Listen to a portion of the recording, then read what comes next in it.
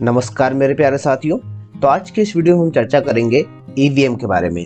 EVM से related जितने भी इंपॉर्टेंट फैक्ट्स हैं, जितने भी पॉइंट है और जिस तरह के भी क्वेश्चंस ईवीएम से पूछे जाते हैं, इन्हीं सारे बिंदुओं पर आज की इस वीडियो में हम चर्चा करने वाले हैं। तो इस वीडियो में आखिर तक बने रहिएगा, क्योंकि इस वीडियो को देखने के बाद अगर ईवीएम से रिलेटेड कोई भी क्वेश्चन एग्जाम में आता है तो आप उसको आसानी से हल कर सकेंगे। चलिए चीजों को एक एक करके समझते हैं। अब इस वाली स्लाइड में आपको भारत में चुनाव कराने के दोनों तरीके दिखाई दे रहे हैं। ठीक है, ये वाला तरीका है ईवीएम वाला तरीका और ये वाला तरीका है बैलेट पेपर वाला तरीका। बैलेट पेपर वाला जो तरीका है ये पुराना तरीका है और आज भी इसका कहीं कहीं पर यूज किया जाता है। पंचायत चुनाव वगैरह होते हैं तो उनमें इसका यूज किया जाता है। इसमें क्या होता है, जब आप वोट डालने जाते हैं तब आपको एक पेपर दिया जाता है जिसको हम बैलेट पेपर बोलते हैं। इस पे क्या होता है, सारे कैंडिडेट के नाम लिखे होते हैं एक के बाद एक और उनके चुनाव चिन्ह भी यहाँ पर छपे हुए होते हैं। अब आपको क्या करना होता है, आपको एक स्टाम्प दिया जाता है और इंक दी जाती है। उस स्टाम्प और उस इंक की सहायता से जिस भी कैंडिडेट को आपको वोट देना होता है उसके नाम और उसके चुनाव चिन्ह के आगे आपको स्टाम्प लगाना होता है। फिर इस पेपर को आप फोल्ड कर देते हैं और इसको एक बॉक्स में डाल देते हैं। और ये वाला जो तरीका है ये नया तरीका है। इसमें क्या होता है, ईवीएम मशीन होती है, एक इलेक्ट्रॉनिक वोटिंग मशीन होती है ये वाली मशीन। इसमें आप बटन प्रेस करते हैं और इस तरीके से आपकी वोटिंग हो जाती है और फिर इसकी आखिरी में काउंटिंग कर ली जाती है। वो भी यहाँ पर इलेक्ट्रॉनिक तरीके से ही काउंटिंग होती है। तो ये दोनों तरीके से आज भारत में चुनाव संपन्न कराए जाते हैं। चलिए अब हम ईवीएम का थोड़ा सा परिचय जान ले कि आखिर इलेक्ट्रॉनिक वोटिंग मशीन जो होती है इसमें क्या क्या कंपोनेंट्स होते हैं, कौन कौन सी चीज़ें इसमें शामिल होती है। सबसे पहले हम इसके फुल फॉर्म की अगर चर्चा करें तो इसका फुल फॉर्म होता है इलेक्ट्रॉनिक वोटिंग मशीन। ठीक है, थोड़ा सा ध्यान देने वाला पॉइंट है, क्योंकि जब एग्जाम में इसका फुल फॉर्म पूछा जाता है तो वहाँ पर इससे मिलते जुलते नाम आपको मिलेंगे। इलेक्ट्रॉनिक के साथ साथ इलेक्ट्रिक भी मिल सकता है, वोटिंग की जगह वोटर्स मिल सकता है। तो थोड़ा सा इसको एक दो बार पढ़ ले और एक दो बार लिख कर देख ले ताकि आपके माइंड में ये अच्छे से बैठ जाए।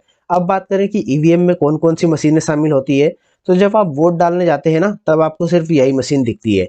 आप जाते हैं, इसमें बटन प्रेस करते हैं और वोट डाल के आ जाते हैं।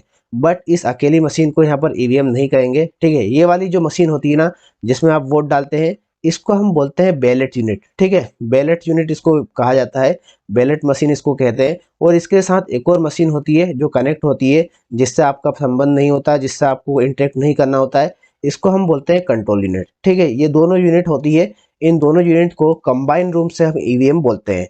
तो अगर इस टाइप का क्वेश्चन आता है कि इलेक्ट्रॉनिक वोटिंग मशीन या ईवीएम के कंपोनेंट्स में कौन कौन शामिल होंगे, तो आपको वहां पर ध्यान रखना है कि कंट्रोल यूनिट होती है और एक बैलेट यूनिट होती है। इन दोनों यूनिट को कंबाइन रूप से इलेक्ट्रॉनिक वोटिंग मशीन कहते हैं। चलिए अब हम बात करते हैं ईवीएम के इतिहास की कि आखिर ईवीएम का इतिहास कहाँ से शुरू होता है। तो ईवीएम का इतिहास काफी पुराना है, लगभग 1977 से इसकी शुरुआत देखने को मिलती है। चुनाव आयोग काफी समय से इस पर विचार कर रहा था कि जो बैलेट पेपर से चुनाव हो रहे हैं इनको रिप्लेस किया जाए और किस तरीके से इलेक्ट्रॉनिक तरीके से चुनाव कराया जाए। तो चुनाव आयोग ने ईवीएम को डेवलप करने का और इसको डिजाइन करने का काम सौंपा ईसीआईएल को। ईसीआईएल जिसको हम बोलते हैं electronics corporation of India limited. ठीक है, ये ऐसे तो हैदराबाद में स्थित है और स्पेसिफिक कहे तो सिकंदराबाद में इसका ऑफिस है। ठीक है, ईसीआईएल को एक काम सौंपा और ईसीआईएल ने 1979 में एक मॉडल डेवलप किया। ठीक है, ईवीएम का एक मॉडल डेवलप किया और चुनाव आयोग को ये मॉडल सौंपा। ठीक है, और 1980 में चुनाव आयोग ने क्या किया, ये जो मॉडल ईसीआईएल ने इसको सौंपा था इसको सभी राजनीतिक दलों के सामने इसको पेश किया, सभी पॉलिटिकल पार्टीज को इसके बारे में बताया कि ये एक मशीन का मॉडल है जिसको हम आने वाले चुनाव में इसको यूज करेंगे। अब यहाँ पर दो कंपनियों के नाम लिखे हुए हैं, इनको थोड़ा सा हम डिस्कस कर लेते हैं। ईसीआईएल जो है ना ये ईवीएम के डेवलपमेंट और इसके डिजाइन से शुरुआती दौर से जुड़ी हुई है। ठीक है, स्टार्टिंग में 1977 से ही यह ईवीएम के डेवलपमेंट से जुड़ी हुई है। बट बाद में बीईएल या भारत इलेक्ट्रिकल लिमिटेड जो है, जो बेंगलोर में स्थित है, इसको भी ईवीएम के डेवलपमेंट के साथ जोड़ा गया। और वर्तमान में अगर बात करें तो ईसीआईएल के साथ साथ बीईएल, ये दोनों कंपनियां ईवीएम के डेवलपमेंट और उसके डिजाइन का काम करती है। ठीक है, तो अगर इस तरीके से क्वेश्चन आता है कि शुरुआती तौर पर विकास किसने किया था, तो वहां पर आपको आंसर लगाना ईसीआईएल ने। और बात करें वर्तमान की तो वर्तमान में दोनों ही कंपनियां इसके डेवलपमेंट का काम करती है। ठीक है, अब हम आते हैं ईवीएम के इतिहास पर, ईवीएम के प्रयोग के इतिहास पर कि कब कब इसको यूज किया गया और कब इसको मान्यता मिली।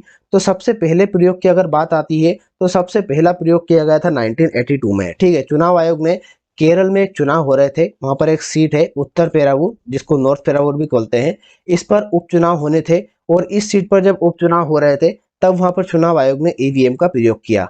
बट क्योंकि उस समय ईवीएम के प्रयोग के संबंध में कोई भी कानून वहां पर नहीं था, कोई भी प्रावधान वहां पर नहीं था, तो कुछ राजनीतिक दल जो थे ये इसके उपयोग के खिलाफ सुप्रीम कोर्ट पहुंच गए, और सुप्रीम कोर्ट ने जब इसको देखा, जब इसके बारे में इसकी जांच की, तो वहां पर पाया कि ईवीएम के उपयोग से संबंध में वहां पर अभी कोई भी कानून नहीं था।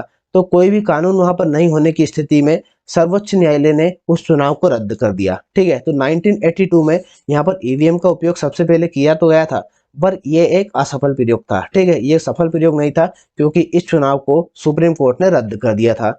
अब बात आती है 1989 की, क्योंकि चुनाव आयोग जो था वो ईवीएम के उपयोग को लेकर काफी उत्सुक था। तो इसने क्या किया, जो चुनाव से संबंधित अधिनियम थे, चुनाव अधिनियम 1953 और जो जन प्रतिनिधित्व अधिनियम 1951 था, इन दोनों में संशोधन किया। जो जन प्रतिनिधित्व अधिनियम 1951 था, इसमें संशोधन करके इन्होंने चुनाव अधिनियम 1953 में संशोधन किया, और चुनाव में ईवीएम से संबंधित जो भी प्रावधान थे, ईवीएम के उपयोग से संबंधित जो भी प्रावधान थे, उनको यहाँ पर जोड़ा गया। क्योंकि इस संशोधन के बाद यहाँ पर चुनाव आयोग किसी भी चुनाव में ईवीएम का उपयोग कर सकता था, तो यहाँ से ईवीएम का उपयोग का जो रास्ता था वो यहाँ से खुल गया। चलिए अब हम बात करते हैं कि ईवीएम पे आखिर आम सहमति कब बनी, कब से इसके उपयोग को यहाँ पर चलिए अब हम बात करते हैं कि आखिर ईवीएम के उपयोग पर आम सहमति कब बनी और कब से इसका वैलिड तरीके से उपयोग किया जाने लगा। तो बात आती है 1998 की। ठीक है, 1998 में 3 राज्यों की 16 विधानसभा सीटों पर चुनाव हो रहे थे। ठीक है, 5 थी मध्य प्रदेश की, 5 राजस्थान की थी और 6 दिल्ली की थी। इस तरीके से कुल 16 विधानसभा सीटों पर चुनाव हो रहे थे। ठीक है, वैसे तो बहुत सारी सीटों पर चुनाव हो रहे थे, बट इन 16 विधानसभा सीटों पर सबसे पहले 1998 में ईवीएम का उपयोग किया गया। तो अगर इस तरीके से क्वेश्चन आता है कि सबसे पहले सफल प्रयोग ईवीएम का कहाँ देखने को मिलता है, तो ये देखने को मिलता है 3 राज्यों में, मध्य प्रदेश, राजस्थान और दिल्ली में। और कब देखने को मिलता है, तो वहां पर आपको सन लगाना है 1998। बात करें कि पूरी तरीके से चुनाव कहां पर हुआ था, ये तो कुछ ही सीटों पर हुए हैं। ठीक है, 16 सीटों पर हुए 3 राज्यों की। बट बात करें कि पूरी तरीके से कोई सा इलेक्शन कब यहाँ पर संपन्न किया गया ईवीएम के आधार पर, तो ईवीएम बेस पूरी तरीके से जो चुनाव हुआ था वो हुआ था गोवा विधानसभा चुनाव 1999। 1999 के गोवा विधानसभा चुनाव ऐसे पहले चुनाव थे जो पूरी तरीके से ईवीएम पर बेस्ड थे, और उनमें किसी भी तरह के बैलेट पेपर या बैलेट बॉक्स का वहां पर प्रयोग नहीं किया गया था। बात करें लोकसभा चुनाव की, कि लोकसभा चुनाव में पूरी तरीके से कब यहाँ पर ईवीएम का प्रयोग किया जाने लगा, तो जो 2004 के चुनाव थे, 2004 में जो लोकसभा चुनाव हुए थे, वो पूरी तरीके से ईवीएम बेस आधारित लोकसभा चुनाव थे। ये पहले ऐसे लोकसभा चुनाव थे जिनको पूरी तरीके से ईवीएम पर कराया गया था। अब यहाँ पर एक शब्द आपको देखने को मिलता है, वीवीपैट। वीवीपैट का मतलब होता है voter verifiable paper audit trail. VVPAT क्या है, वीवीपैट एक मशीन होती है जो आप देख पा रहे हैं इस इमेज में। कुछ इस तरह की एक प्रिंटर मशीन होती है जिसको आपकी बैलेट यूनिट के साथ ही कनेक्ट कर दिया जाता है। अब इसका यूज क्या है, अब इसका यूज इस प्रकार से है कि जो ईवीएम है ना, इस पर काफी समय से संदेह की स्थिति बनी हुई है। कुछ लोग या कुछ राजनीतिक पार्टियां इस पर शक करती है और इस तरह की बातें सामने आती हैं कि हम किसी भी पार्टी को वोट डालें, किसी भी कैंडिडेट को वोट डालें, इसमें फेरबदल कर दिया जाता है और कुछ स्पेशल पार्टी या स्पेशल व्यक्ति को ही ये वोट जाते हैं।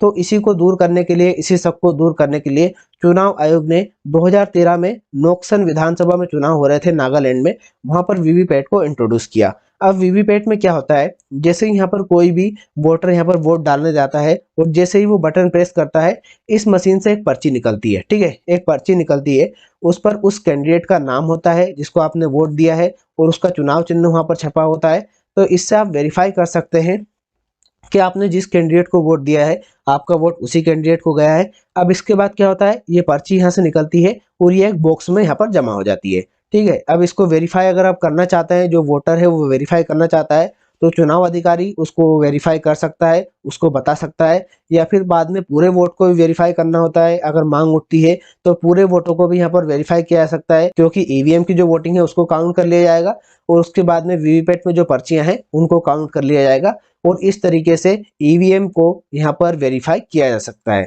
ठीक है, बात करें 2019 की, तो 2019 के जो आम चुनाव थे ना, ये पहले ऐसे आम चुनाव थे जिनमें सभी लोकसभा सीटों पर, सभी 543 लोकसभा सीटों पर वीवीपैट मशीन का प्रयोग किया गया था। ठीक है, अब यहाँ पर एक और वर्ड आता है नोटा।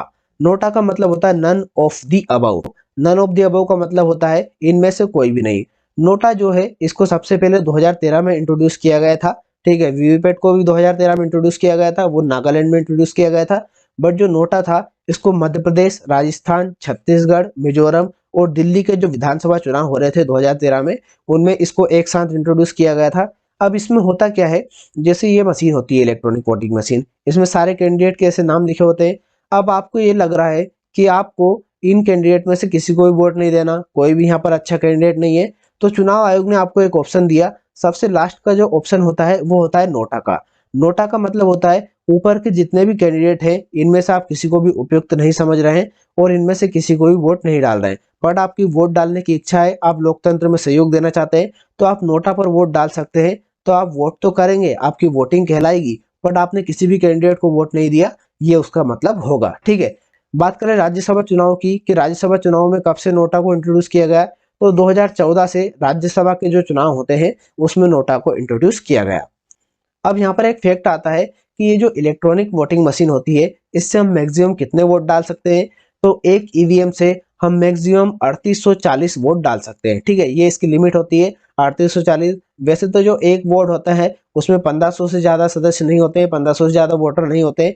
अगर इससे ज्यादा वोटर होते हैं तो वहां पर एक से ज्यादा पोलिंग यूनिट बनाई जाती है। ठीक है, तो एक जो पोलिंग यूनिट होती है या एक ईवीएम होती है उसमें हम एक ईवीएम से मैक्सिमम 3840 वोट डाल सकते हैं।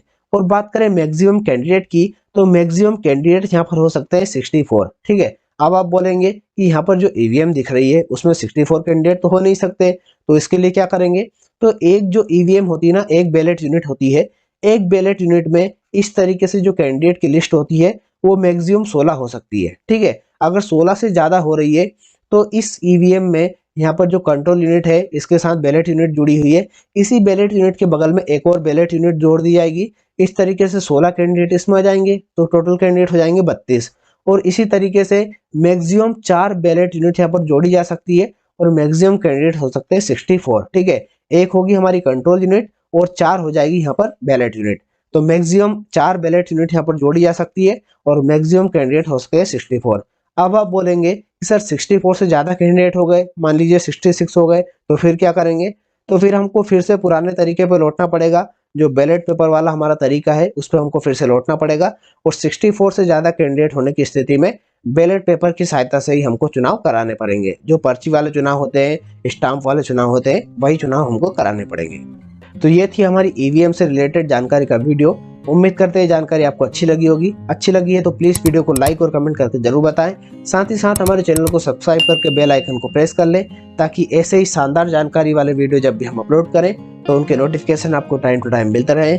मिलते हैं नेक्स्ट वीडियो में, तब तक के लिए पढ़ाई करते रहिए, अपना ख्याल रखिए। बहुत बहुत धन्यवाद।